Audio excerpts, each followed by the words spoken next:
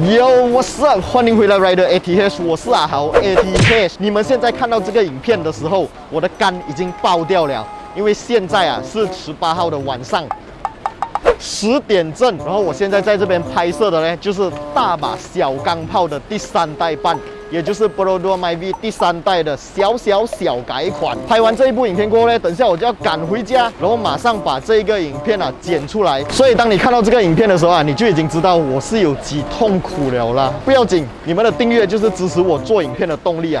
所以看到这里，如果你还没有订阅我的 YouTube channel 的话，赶快把它订阅起来，小铃铛也要跟它嘟下去。那么接下来呢，你就会看到更多更快关于马来西亚汽车的一些新闻了啦。老魏，你看我的这个衣服啊。 平时的那个 Rider ATH 的字啊，都变成剩下 ATH 啊，洗到脱到完了。你们有谁认识做这种衣服的啊？都可以在影片下方打上来，推荐我，介绍我一下。OK， 废话不多说，我们现在就 Let's go 去看这辆第3代版的 Myvi。这一次它做了什么样的提升？有什么样的改变？有没有把以前不好的地方改掉？有没有把一些好的地方保留？我们现在就 Let's go 啦！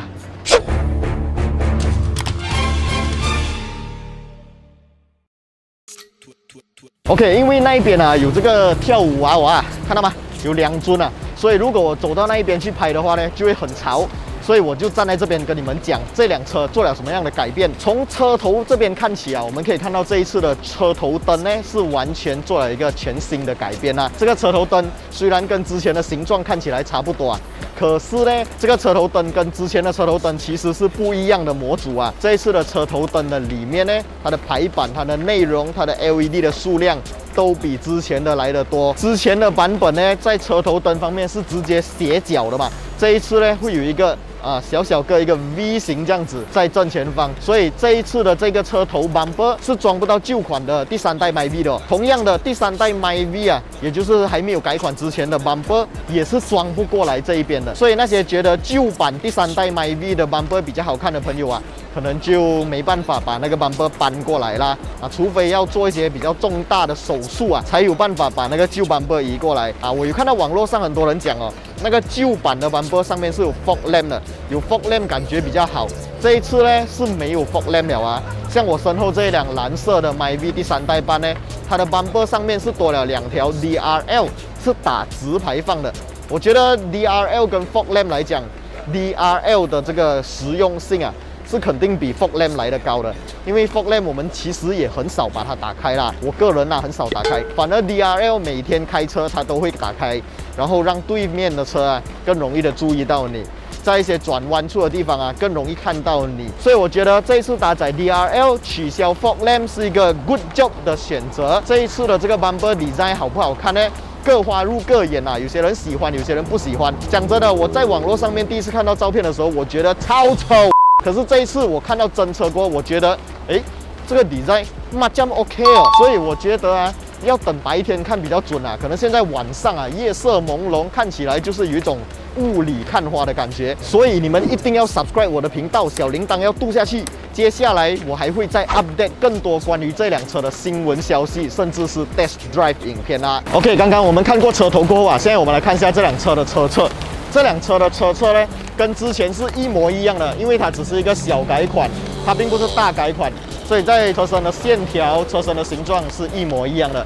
但是这一次呢，在这个 Hatch 版本的 Myvi 上面，我们可以看到它的 side mirror 是黑色的 ，door handle 是 chrome 的我忘记之前是不是 chrome 了啦，但是这一次的 door handle 是 chrome 的把手Rim 方面呢，我们可以看到跟之前是一样的 rim， 都是一个15寸的 sport rim。 这个双色调 dual tone 的 sport rim， 我个人觉得还是蛮好看的啦。但是如果你对 performance 有要求的话，都可以继续等待我这个 channel。我即将要介绍一款非常 good job、非常好用、非常轻、非常好料的赛车级别 sport rim 然后我也装上去我的 Satriano 了啦。你们只要继续的等，继续的关注，就可以看到我到底把我的 Satriano 上面装了什么样的一个顶尖 sport rim 啦。现在来到的就是车尾的部分，车尾跟之前的变化真的是非常的小，因为这一次的车灯呢也没有做到任何的改变。我们可以看到这个车灯的模组甚至里面的排版跟之前都是一模一样的，完全没有做到任何改变然后我们在 bumper 的部分可以看到有一个好像前面 DRL 的那一种直排列设计的 plastic cover， 我觉得是比 Artiva 的那个回力标Boomerang 好看很多。所以这一次的后面 bumper design， 我个人觉得 OK。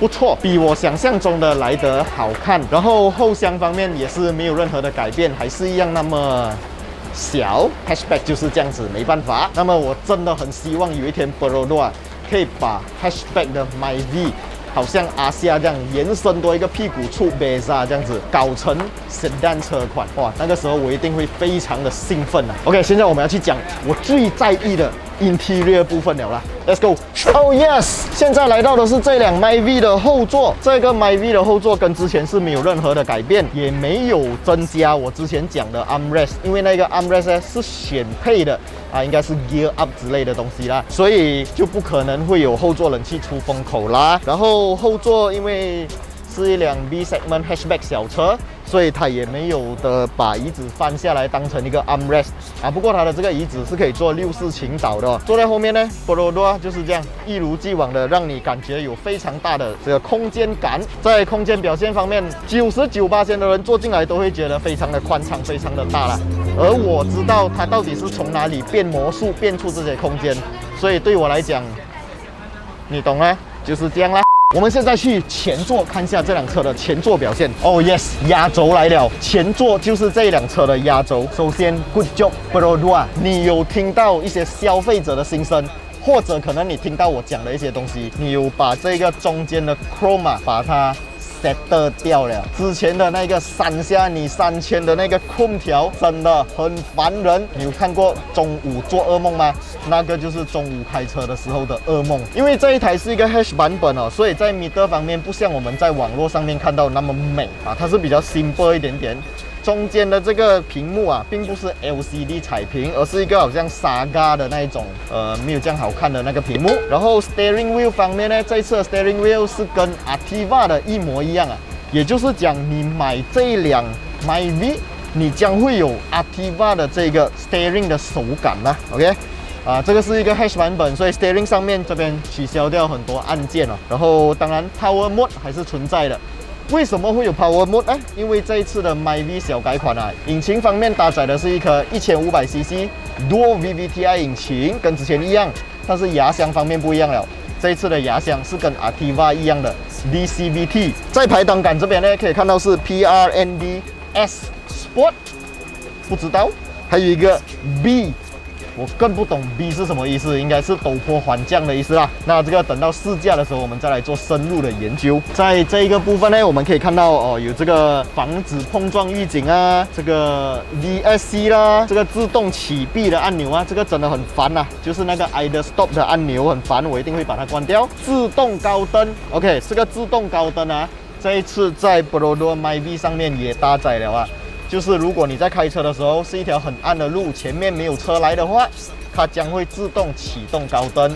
但是这项功能其实在 Activa 方面呢，不是那么的好用，不是那么的灵敏，所以很多时候会被前方的车辆闪高灯。不知道 Perodua 有没有在这一方面，在 MyV 上面对它进行调整啊？网络上面看到很多照片哦，都是指出这一次的这个 ASA 系统啊，是做了一个提升，做了一个升级。当然 Hatch 版本的这个 ASA 系统也是有做到提升跟升级啦。但是这一次 Hatch 版本呢，是不会像 AV 版本那样搭载这个行车记录器啊！我真的觉得行车记录器真的太重要、太重要、太重要了，因为我们马来西亚的车祸率真的非常的高。如果我们每一辆车都有行车记录器的话，将会解决很多不必要的烦恼。所以呢，我在这里要非常推荐大家70迈的 A400这一台前后都可以做到拍摄的行车记录器。A400呢，它搭载的这个镜头啊是1440p 加1080p。也就是讲，前方拍摄出来的画面啊，会比你们现在看到的1080p 的画面还要来得清晰，而后方的拍摄画面将会是1080p 的画面。拍摄角度呢是超级广角145度，所以不止车头，在一些车侧斜角度的画面啊，都可以完全被它拍摄下来。再来就是这个 A400啊，你也可以再加装70迈的 Hardware Kit。如果你担心你的车是摆在外面啊，可能你去哪里玩，然后你的车放在路边啊，都不要紧，只要有安装行车记录器的 Hardware Kit， 那么你的车就可以进行24小时的监控还有拍摄啦。然后70迈的产品啊，真的是非常 user friendly， 它的这个相机呢是可以支持手机的 WiFi 连接。通过70迈的 APP 软件呢，你可以及时的把发生事故的画面啊下载下来，当做证据啊，不然的话还要拿相机啦、拿卡片啊、插电脑啦，等到来已经天亮了，在那种紧急事故发生的时候呢，就可以非常快速的把你要的素材拿下来。OK， 所以如果你们想要买到这一台性价比超级无敌高的70迈 A400的话，都可以到我影片下方 description 那边找到它的购买链接，点击进去查看价钱啊。好，我们现在继续来讲这一辆 Perodor MyV。这一次的这个 Perodor MyV 呢，在 H 版本哦，也是有搭载这个 Smart Tag， 这个是我个人非常喜欢的一个功能哦。你可以把你的 Smart Tag 卡插在这边，然后你过多呢，它就可以自动 detect 那个 Smart Tag 的 sensor。所以这一点我真的要对 Perodor 竖起一个大拇指。不知道什么时候才要有这样子的东西嘞？然后前座的乘坐表现啊，跟之前都差不多一样啦，坐起来的感觉是 same no different。之前我有讲过，这个 MyV 啊将会搭载 armrest， 结果 sorry 啊，讲错了啊。是没有 armrest 的啦。在安全配备方面呢，也可以看到它的 A 柱啊、B 柱啊都有写上这个 SRS airbag， 所以很明显它是一台6颗 airbag， 这一点也是非常赞的，非常值得鼓舞的。因为 airbag 这个东西啊，我觉得不管任何一个 spec 都必须要给6颗啦，最少啦，安全性能放在第一位才是王道啊。OK， 讲一下缺点呢，就是这一辆车虽然它有一个 double din display。可是它并没有这个倒车影像哦，当然就不可能会有什么360啦，360没有还好，可是倒车影像没有的话，我就觉得不是那么厚道了。可以的话，就是加一个倒车影像给人家啦，反正又不是很贵，那个镜头是不是 ？OK， 今天这一集啊，就是一个非常快速、非常简短的，为大家做了一个 walk around， 来快速的看了一下我们的第3代半的大马小钢炮 Perodor MyV。记得哦，你们想要看到更多关于 Perodor MyV 的新闻消息的话，一定要订阅我的这个 YouTube channel， 小铃铛也要跟它嘟下去。想要看到更多关于这些新车啊、二手车啊、recon 车啊，还是更多一些汽车新闻消息的话，都一定要到什么网站上面看呢？没有错，就是 Cherrycast 的网站了啦。非常感谢 Cherrycast 一路以来的合力播出啊！哦耶！然后我们还在这边遇到 Mr. Low， 其实不是遇到了，是一起过来了。你觉得怎样？这个 MyV？ 我觉得这个 MyV 非常好，好的东西不需要太多改变了，因为它已经是很好的车了，它已经是 King 了，不需要再多做改变。然后我现在更害怕它，因为它的牙箱换了新的那个 DCVT。不是以前的 4AT 啊，所以它高速的表现啊，一定好过以前的 4AT。对对对，才特地加一个牙在后面给它辅助它的高速。对，没有错。然后记得啊，你如果用这个车买了这个车嘛，要换牙油了。